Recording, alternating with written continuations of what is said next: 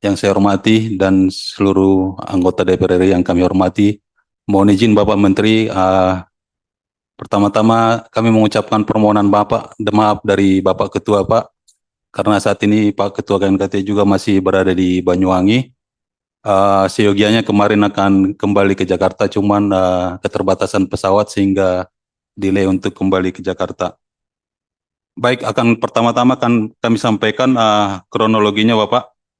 Jadi data-data ini kami kumpulkan berdasarkan keterangan dari awak kapal yang selamat, dari saksi-saksi. Kami juga meng-cross-check juga dengan hasil daripada CCTV, dengan eh, monitoring dari AIS terakhir yang kami tangkap, Bapak. Jadi pada tanggal 2 Juli 2025 pukul 22.15 waktu Indonesia Barat, mulai proses pemuatan kendaraan di Pelabuhan Ketapang di Jawa Timur, Banyuwangi.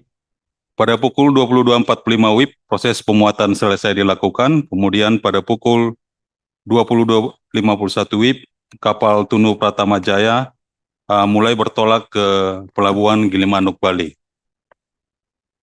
Ketika kapal bertolak, tidak ada anomali atau kemiringan atau keadaan yang tidak biasa. Kemudian juga mesin beroperasi dengan normal, visibilitas atau jarak pandang juga cukup baik, tidak ada hujan dan tidak berkabut. Setelah sekitar 30 menit pelayaran, Mualim Jaga di Anjungan merasakan kemiringan kapal ke sebelah kanan. Kemudian jurumudi jaga dan kelasi jaga melihat air laut masuk ke kamar mesin melalui pintu kamar mesin. Juru minyak jaga yang juga berada di kamar mesin melihat hal yang sama. Jadi kami konfirmasi Bapak dengan antara informasi yang kami terima dari jurumudi jaga dan juru minyak. Jadi menyatakan hal yang sama. Kemudian juru minyak segera berlari keluar dari kamar mesin.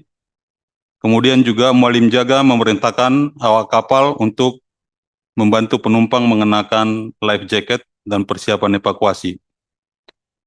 Sementara nakoda yang saat itu sedang beristirahat segera dibangunkan oleh Mualim Jaga. Kemudian nakoda segera mengambil alih kemudi dan memancarkan berita mara bahaya di radio VHF frekuensi 16. KKM juga melihat kendaraan di bagian belakang kapal bergeser dan bertumpu ke sisi kanan, di mana hal ini menyebabkan kapal semakin terus bertambah kemiringan sebelah kanan, yang pada awalnya dalam keadaan masih perlahan-lahan, kemudian semakin cepat. Beberapa menit setelah panggilan darurat, kapal mulai tenggelam dengan kondisi buritan atau bagian belakang kapal tenggelam terlebih dahulu sambil miring ke kanan. Beberapa kapal lain yang berada di dekatnya kesulitan untuk membantu evakuasi Tunu Pratama Jaya karena dalam kondisi gelap. Kapal Gilimanuk 1 dan Tunu Pratama 3888 yang juga ada di sekitar lokasi mencoba menyoroti lampu ke arah Tunu Pratama Jaya, namun kesulitan juga untuk mengenali objek terapung karena kondisi dalam keadaan gelap. Untuk informasi kapal, Tunu Pratama Jaya dengan nomor IMO 8749432 merupakan kapal penumpang jenis roll-on, roll-off atau Roropex yang dibangun pada tahun 2010. Kapal dengan panjang keseluruhan 60 meter dengan GT sebesar 792 ton, memiliki satu geladak kendaraan. Ruang penumpang yang terdiri dari ekonomi dan VIP terletak di atas geladak kendaraan. Pemilik dalam hal ini PT Raputra Jaya sebagai pemilik kapal mengkelaskan kapal berbahan baja ini ke Biro Klasifikasi Indonesia sejak awal kapal dibangun. Kemudian TPJ dilengkapi dengan satu mesin induk Mitsubishi tipe SN6 MTK dengan daya keluaran maksimum 353 kW dengan kecepatan rata-rata dalam lintasan Ketapang Gilimanuk berkisar antara 3 sampai 5 knot. TPJ bersandar di dermaga LCM atau Plengsengan, baik di Pelabuhan Ketapang maupun di Pelabuhan Gilimanuk. Muatan dan penumpang. Berdasarkan manifest yang kami dapatkan bahwa muatan yang diajukan pada saat penerbitan surat persetujuan berlayar terdapat 22 kendaraan di atas kapal. 8 diantaranya adalah kendaraan golongan 7, 3 kendaraan golongan 6B, 3 kendaraan golongan 5B, 3 kendaraan golongan 4B, 4 kendaraan golongan 6A, 1 kendaraan golongan 2, dengan 65 orang penumpang, termasuk awak kapal. Kondisi cuaca berdasarkan kesaksian yang kami dapatkan dari awak kapal dan beberapa kesaksian penumpang selamat bahwa kondisi cuaca di sekitar kapal pada saat berlayar, ketinggian gelombang sekitar 2-3 meter disertai dengan angin kencang dengan arah arus laut dan angin berhembus dari utara menuju ke selatan. Riwayat perawatan dan pemeriksaan kapal, pengedokan terakhir dilaksanakan pada tanggal 21 Oktober 2024 dan pada saat pengedokan juga dilakukan pemeriksaan oleh surveyor dari Biro Klasifikasi Indonesia. Kemudian juga kapal juga baru menjalani pemeriksaan oleh Marine Inspector pada tanggal 3 Juni 2025 dengan hasil keseluruhan baik.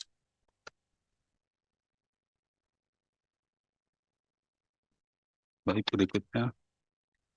Dalam hal ini tim investigasi yang berada di lapangan juga kami juga rencana ke depannya juga akan masih mengumpulkan barang bukti dari tambahan dari pemilik kapal yang akan kami segera undang ke kantor untuk memeriksa juga bagaimana prosedur-prosedur yang dimiliki oleh perusahaan, juga proses pelatihan-pelatihan keselamatan yang dilakukan awak kapal di atas kapal. Kemudian juga nanti kami juga akan mengundang teman-teman dari BKI untuk memeriksa lebih lanjut riwayat kapal mulai dari pembangunan dan pelaksanaan docking terakhir, apa saja yang dilakukan perbaikan dan sebagainya. Kemudian juga nanti kami akan membuat simulasi untuk damage stability-nya hingga bagaimana kapal ini bisa tenggelam. Demikian sementara Bapak, informasi yang bisa kami sampaikan. Terima kasih Bapak. Baik, Pak Kapten Anggiat, Siap Pak. ya, PLT Ketua Subkomite Investigasi Kecelakaan Pelayaran. Kalau saya mendengar penjelasan dari KNKT, hampir tidak ada alasan kapal ini bisa tenggelam, Pak. Ya, kapalnya baru 2010. Baru diadakan ramcek bulan Juni kemarin. Ya kan, ini kan baru Juli, Pak. Naik dok bulan Oktober tahun lalu. Ya, kemudian cuma hanya memang saya melihat di kronologi ini, di jurumudi jaga dan kelasi jaga melihat air laut masuk ke kamar mesin melalui pintu kamar mesin. Apakah pintu kamar mesin ini kemungkinan tidak tertutup atau pintu kamar mesin ini bisa diakses oleh air laut, Pak? Pak KNKT. Ini kan kapal pasti ada fotonya. Ada apa namanya? Ada gambarnya. Ada apa namanya? Ada marketnya kapal ini. Ya. Bentuk bodinya tinggi apa namanya? Clearance kapalnya. Ini kan masuknya air melalui kamar mesin ini, tadi Bapak tidak menjelaskan lebih lanjut. Kenapa air bisa masuk dari pintu kamar mesin, Pak? Apakah pintu kamar mesin ini diakses oleh permukaan air laut? Atau setelah miring, mungkin berdasarkan tipikal body ini, lalu air laut bisa masuk? Sedikit saja Pak, ini soal. Yang lain kita tidak akan tanyakan. Karena sumber yang utama yang muncul di sini adalah masuknya air melalui pintu kamar mesin. Mohon izin Pak Anggiat. Baik, izin Bapak Pimpinan. Iya benar Bapak. Jadi di main deck dari kapal ini Pak ada akses untuk turun ke kamar mesin Bapak. Jadi pada saat itu dalam kondisi terbuka sehingga air masuk melalui pintu itu Bapak. Sehingga menyebabkan kapal miring ke kanan. Pertanyaan saya sebentar Pak, pertanyaan saya sebentar.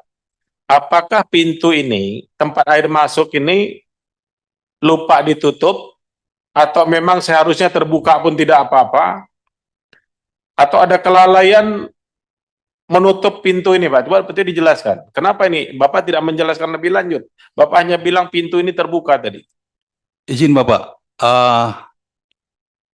pintu ini berada di Mendek Bapak, cuman kondisi saat itu keadaan dengan ketinggian air laut 2 sampai 3 meter dan kapal jenis ini untuk freeboatnya Bapak, freeboat itu jarak dari air laut ke Mendek itu cukup rendah dan kondisi muatan juga yang ada di atas kapal akan menambah benaman kapal sehingga akan mengurangi freeboatnya juga.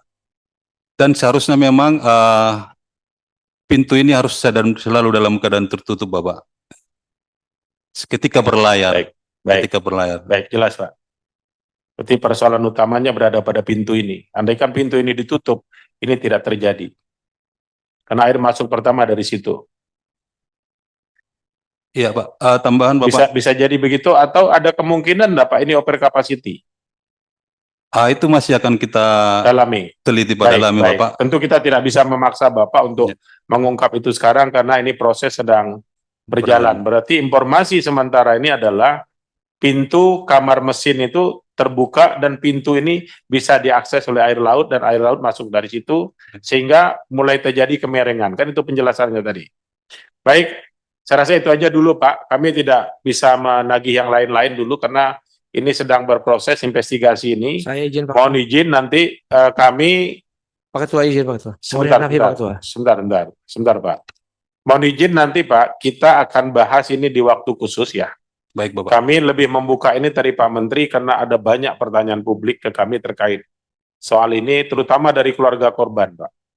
Ingin tahu sebetulnya apa yang terjadi sehingga kapal ini, penjelasannya tadi jelas, Pak. Kapal ini baru 2010 itu baru, Pak. Kapal 2010 baru banget, Pak, kapalnya. Kemudian dilakukan naik dock pula bulan Oktober kemarin. Habis itu dilakukan ram cek kemarin bulan Juni.